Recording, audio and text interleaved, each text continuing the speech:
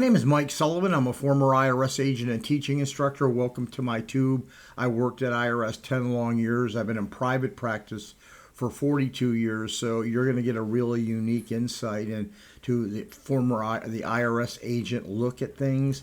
So one of the reasons you want to listen to me is I actually know what I'm doing. I want to talk to you about a new strategy that people are completely unaware of unless you've worked at IRS. And if you're going to submit an offer and compromise to settle your tax debt, you have to understand. So, by the way, I'm in my home, just so you know, this isn't like a fake background. So, I've worked thousands of cases. I've been on the national news. Offers and compromise.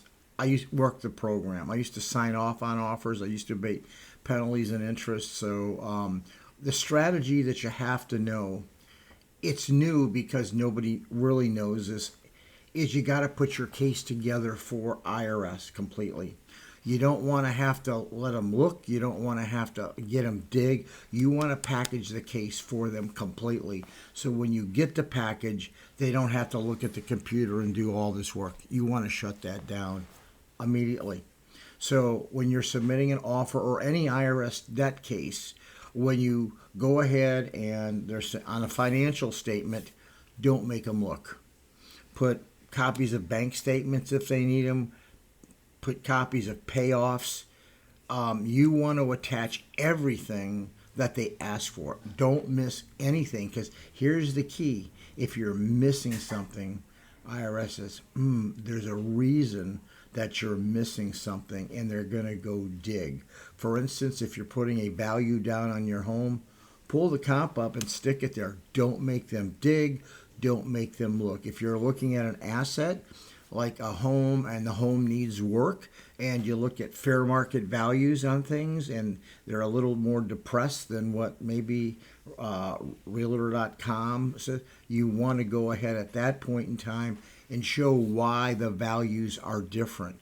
So when I get a financial statement, the more package that you put to it, the less digging. When I would dig, that's when I would find out what things were wrong. Even on bank statements, you know IRS is going to look through your bank statements. They always do on every case. If there's something unusual, explain it.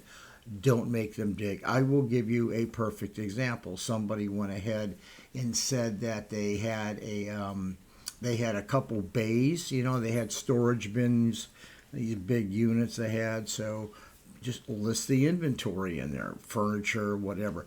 Don't let IRS think that there's values in there. I'll tell you what story and what shaped that. Somebody had a $350 storage bill. They didn't tell me what was in there. I asked them. They wouldn't tell me. When they didn't tell me, blah, blah, blah, I'm going right for that. I opened it up. What do you think I found?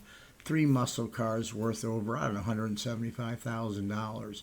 So whatever you can document to keep IRS for digging, put that in your package. And most important, I preach this all the time, the latest strategy people never know about, and I preach it. Put a cover letter on anything you send IRS.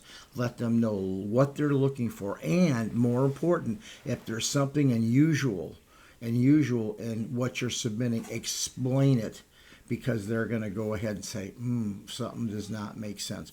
Always explain things that are a little, that you know there's not a perfect straight line and a perfect balance to. So the whole key and anything you do is give them the package and let you take the case the way you want it, and keep IRS from doing any sort of investigation on other things. So remember, package well, be tight, give them everything on time. When I say it's a new strategy, it's a new strategy to you. So make sure everything is in that package. Miss nothing. If you need me, call me. Thank you so much. Blessings. Give me a subscription.